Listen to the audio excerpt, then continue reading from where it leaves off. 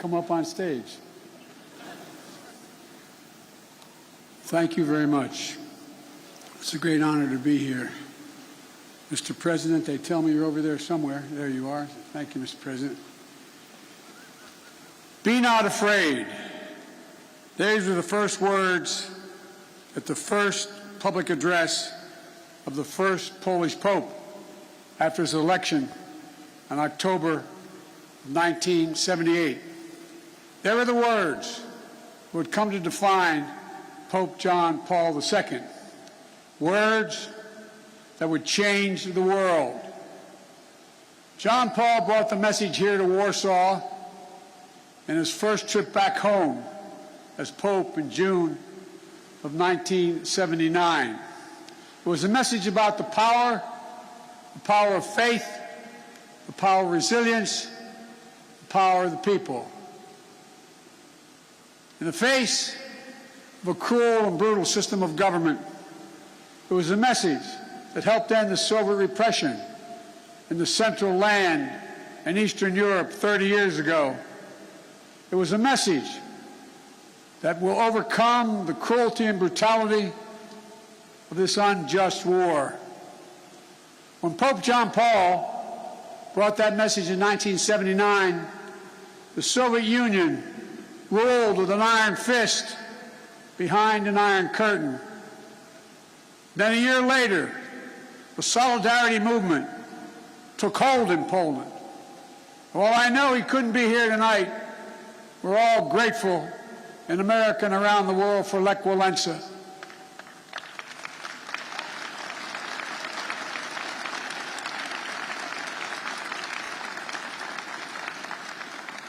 Reminds me of that phrase of philosopher Kierkegaard: faith sees best in the dark. And they were dark moments. 10 years later, the Soviet Union collapsed, and Poland and Central and Eastern Europe would soon be free. Nothing about that battle for freedom was simple or easy. It was a long, painful slog, fought over not days and months, but years and decades. But we emerged anew in the great battle for freedom, a battle between democracy and autocracy, between liberty and repression, between a rules-based order and one governed by brute force. In this battle, we need to be clear-eyed. This battle will not be won in days or months either. We need to steel ourselves for the long fight ahead. Mr. President, Mr. Prime Minister, Mr. Mayor, members of the Parliament, distinguished guests, and the people of Poland, and I suspect some people of Ukraine that are here. We are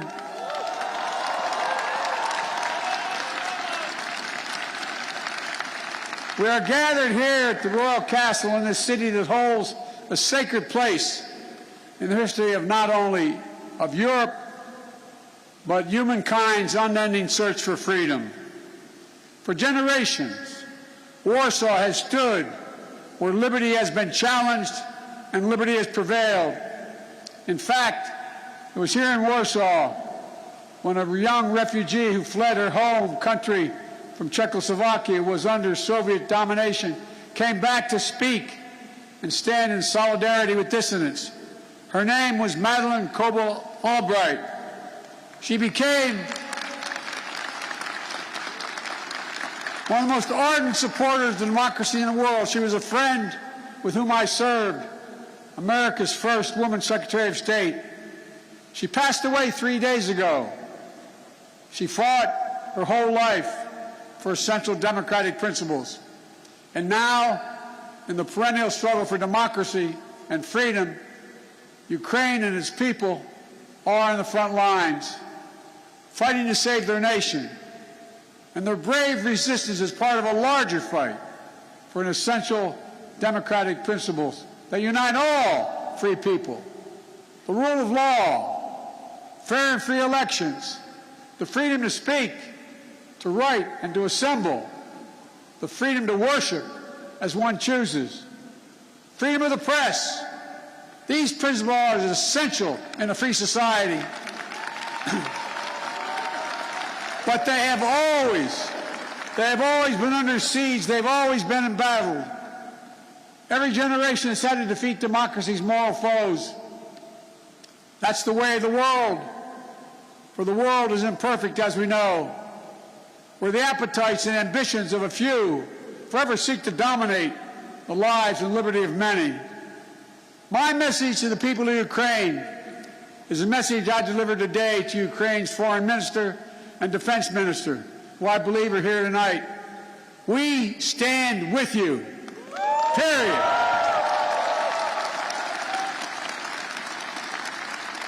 Today's fighting Kyiv and Melitopol and Kharkiv are the latest battle in a long struggle.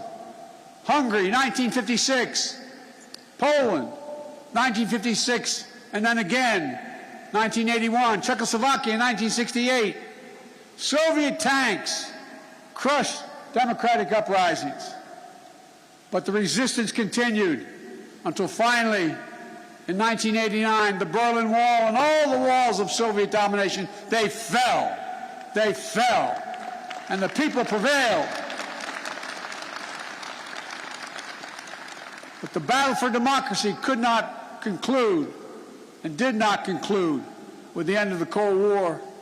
Over the last 30 years, the forces of autocracy have revived all across the globe.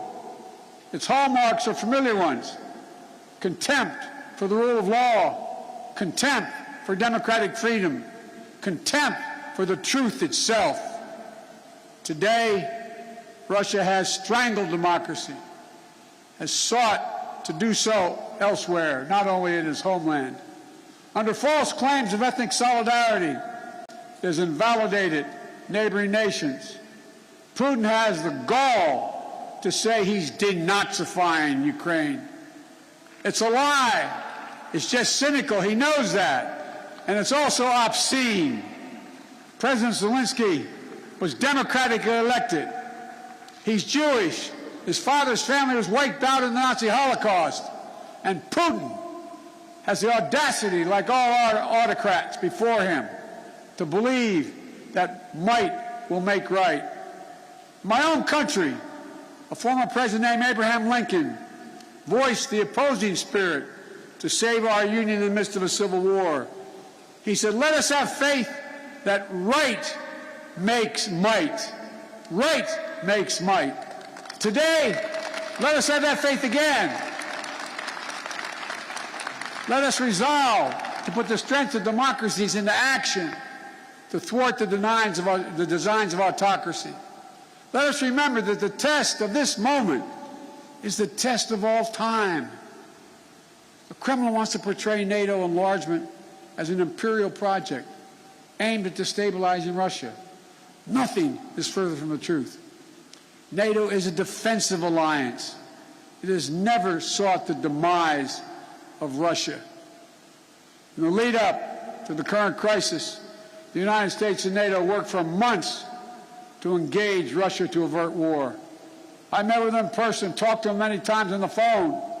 Time and again, we offered real diplomacy and concrete proposals to strengthen European security, enhance transparency, build confidence on all sides.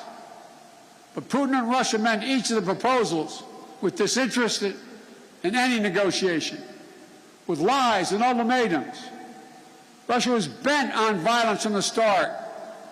I know not all of you believed me and us when we kept saying, they are going to cross the border, they are going to attack. Repeatedly, he asserted we had no interest in war, guaranteed he would not move. Repeatedly saying he would not invade Ukraine. Repeatedly saying Russian troops along the border were there for training, all 180,000 of them. There's simply no justification or provocation for Russia's choice of war. It's an example of one of the oldest human impulses, using brute force and disinformation to satisfy a craving for absolute power and control. It's nothing less than a direct challenge to the rule-based international order established since the end of World War II. And it threatens to return to decades of war that ravaged Europe before the international rule-based order was put in place. We cannot go back to that. We cannot. The gravity of the threat is why the response of the West has been so swift and so powerful and so unified, unprecedented and overwhelming. Swift and punishing cost are the only things that are going to get Russia to change its course. Within days of his invasion, the West has moved jointly with sanctions to damage Russia's economy. Russia's central bank is now blocked from global financial system, denying Kremlin's access to the war fund that's stashed around the globe. We've aimed at the heart of Russia's economy by stopping the imports of Russian energy to the United States. To date, the United States has sanctioned 140 Russian oligarchs and their family members, seizing their ill-begotten gains, their yachts, their luxury apartments, their mansions. We've sanctioned more than 400 Russian government officials, including key architects of this war. These officials and oligarchs have reaped enormous benefit from the corruption connected to the Kremlin. And now they have to share in the pain. The private sector is acting as well. Over 400 private multinational companies have pulled out of doing business in Russia, left Russia completely, from oil companies to McDonald's. As a result of these unprecedented sanctions, the ruble almost is immediately reduced to rubble. The Russian economy, that's true, by the way, takes about 200 rubles to equal $1. The economy is on track to be cut in half in the coming years. It was ranked, Russia's economy was ranked the 11th biggest economy in the world before this invasion. It will soon not even rank among the top 20 in the world. Taken together, these economic sanctions are a new kind of economic statecraft with the power to inflict damage that rivals military might. These international sanctions are sapping Russian strength, its ability to replenish its military, and its ability to project power. And it is Putin, it is Vladimir Putin who is to blame, period. At the same time, alongside these economic sanctions, the Western world has come together to provide for the people of Ukraine with incredible levels of military, economic, humanitarian assistance. In the years before the invasion, we, America, had sent over $650 million before they crossed the border in weapons to Ukraine, including anti-air and anti-armor equipment. Since the invasion, America has committed another $1.35 billion in weapons and ammunition. And thanks to the courage and bravery of the Ukrainian people, the equipment we've sent and our colleagues have sent have been used to devastating effect to defend Ukrainian land and airspace. Our allies and partners have stepped up as well. But as I've made clear, American forces are in Europe, not in Europe, to engage in conflict with Russian forces. American forces are here to defend NATO allies. Yesterday I met with the troops that are serving alongside our Polish allies to bolster NATO's frontline defenses. The reason we want to make clear is their movement on Ukraine don't even think about moving on one single inch of NATO territory. We have sacred obligation. We have a sacred obligation under Article 5 to defend each and every inch of NATO territory with the full force of our collective power. And earlier today, I visited your national stadium where thousands of Ukrainian refugees are now trying to answer the toughest questions a human can ask. My God, what's going to happen to me? What's going to happen to my family? I saw tears in many of the mothers' eyes as I embraced them. They're young children. They're young children, not sure whether to smile or cry. One little girl said, "Mr. President," she spoke a little English, "if my brother and my daddy, are they going to be okay? Will I see them again?" without their husbands, their fathers. In many cases, their brothers and sisters who stayed back to fight for their country. I didn't have to speak the language or understand the language to feel the emotion in their eyes, where they gripped my hand. Little kids hung onto my leg, praying with a desperate hope that all of this is temporary. Apprehension that they may be perhaps forever away from their homes. Almost a debilitating sadness that this is happening all over again. But I was also struck by the generosity of the people of Warsaw, for that matter, all the Polish people, for the depths of their compassion, their willingness to reach out, for opening their hearts. Say to the mayor and the premier, they're opening their hearts and their homes simply to help. I also want to thank my friend, the great American chef, Jose Andres, and his team for help feeding those who are yearning to be free. But helping these refugees is not something Poland or any other nation should carry alone. All the world democracies have a responsibility to help, all of them. And the people of Ukraine can count on the United States to meet its responsibility. I've announced 2 days ago we will welcome 100,000 Ukrainian refugees. We already have 8,000 a week coming to the United States of other nationalities. We'll provide nearly $300 million in humanitarian assistance, providing tens of thousands of tons of food, water, medicine, and other basic supplies. In Brussels, I announced the United States is prepared to provide more than $1 billion in additional humanitarian aid. The World Food Program told us that despite significant obstacles, at least some relief is getting to major cities in Ukraine, but not not Mariupol, because Russian forces are blocking relief supplies. But we'll not cease our efforts to get humanitarian relief wherever it is needed in Ukraine and for the people who have made it out of Ukraine. Notwithstanding the brutality of Vladimir Putin, let there be no doubt that this war has already been a strategic failure for Russia already.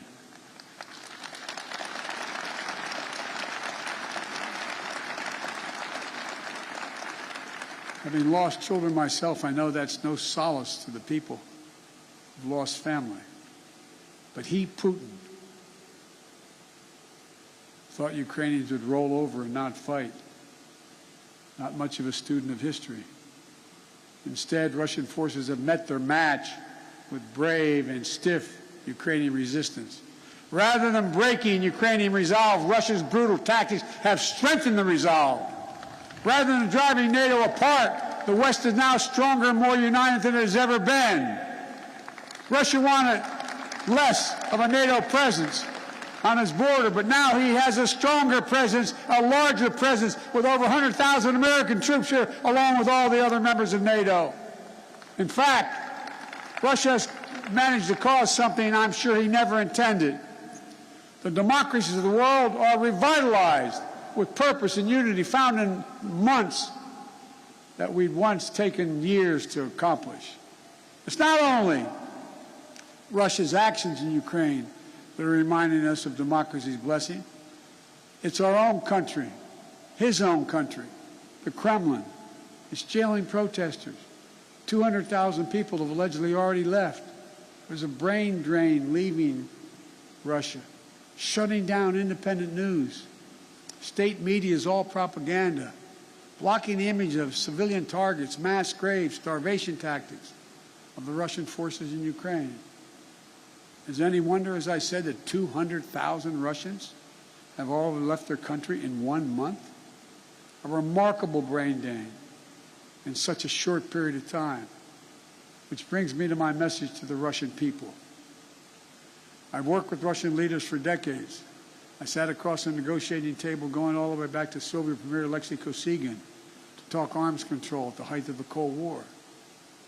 I've always spoken directly and honestly to you, the Russian people. Let me say this, if you're able to listen. You, the Russian people, are not our enemy. I refuse to believe that you welcome the killing of innocent children and grandparents, or that you accept hospitals, schools, maternity wards, and for God's sake, being pummeled with Russian missiles and bombs, or cities being surrounded so that civilians cannot flee, supplies cut off, and attempting to starve Ukrainians into submissions. Millions of families are being driven from their homes, including half of all Ukraine's children. These are not the actions of a great nation. Of all people, you, the Russian people, as well as all people across Europe, still have the memory of being in a similar situation in the late 30s and 40s. Situation in World War II, still fresh in the minds of many grandparents in the region. Whatever your generation experienced, whether it experienced the siege of Leningrad or heard about it from your parents and grandparents, train stations overflowing with terrified families fleeing their homes, nights sheltering in basements and cellars, morning sitting through the rubble in your homes. These are not memories of the past, not anymore, because it's exactly what the Russian army is doing in Ukraine right now. March 26, 2022, just days before you were a 21st century nation with hopes and dreams that people all over the world have for themselves and their family. Now, Vladimir Putin's aggression have cut you, the Russian people, off from the rest of the world. And it's taking Russia back to the 19th century. This is not who you are. This is not the future you deserve for your families and your children. I'm telling you the truth. This war is not worthy of you, the Russian people. Putin can and must end this war. The American people will stand with you and the brave citizens of Ukraine who want peace. My message to the rest of Europe, this new battle for freedom has already made a few things crystal clear. First, Europe must end its dependence on Russian fossil fuels, and we, the United States, will help.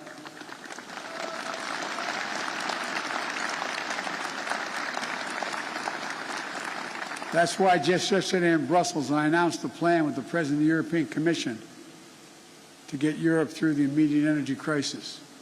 Over the long term, as a matter of economic security and national security for the survivability of the planet, we all need to move as quickly as possible to clean, renewable energy. And we'll work together to help get that done so that the days of any nation being subject to the whims of a tyrant for its energy needs are over. They must end. They must end. And second, we have to fight the corruption coming from the Kremlin to give the Russian people a fair chance. And finally, most urgently, we maintain absolute unity. We must among the world's democracies. It's not enough to speak with rhetorical flourish of ennobling words of democracy, of freedom, equality, and liberty. All of us, including here in Poland, must do the hard work of democracy each and every day. My country as well. That's why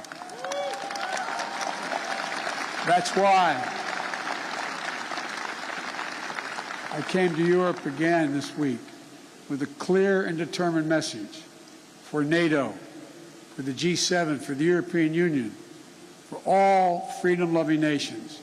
We must commit now to be in this fight for the long haul. We must remain unified today and tomorrow and the day after, and for the years and decades to come. It will not be easy. There will be cost, but it's a price we have to pay, because the darkness that drives autocracy is ultimately no match for the flame of liberty that lights the souls of free people everywhere. Time and again, history shows that it's from the darkest moments that the greatest progress follows. And history shows this is the task of our time, the task of this generation. Let's remember the hammer blow that brought down the Berlin Wall. The might that lifted the Iron Curtain were not the words of a single leader. It was the people of Europe who for decades fought to free themselves. Their sheer bravery opened the border between Austria and Hungary for the pan-European picnic They joined hands for the Baltic Way. They stood for solidarity here in Poland. And together, it was an unmistakable and undeniable force of the people that the Soviet Union could not withstand. And we're seeing it once again today with the brave Ukrainian people showing that their power of many is greater than the will of any one dictator.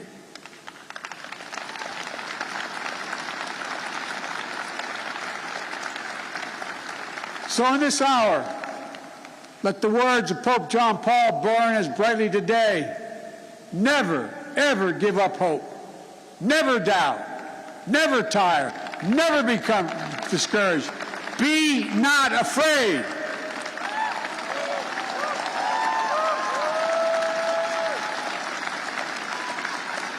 A dictator bent on rebuilding an empire will never erase a people's love for liberty. Brutality will never grind down their will to be free. Ukraine will never be a victory for Russia, for free people refused to live in a world of hopelessness and darkness. We will have a different future, a brighter future, rooted in democracy and principles, hope and light, of decency and dignity, of freedom and possibilities. For God's sake, this man cannot remain in power. God bless you all, and may God defend our freedom, and may God protect our troops. Thank you for your patience. Thank you. Thank you. Thank you.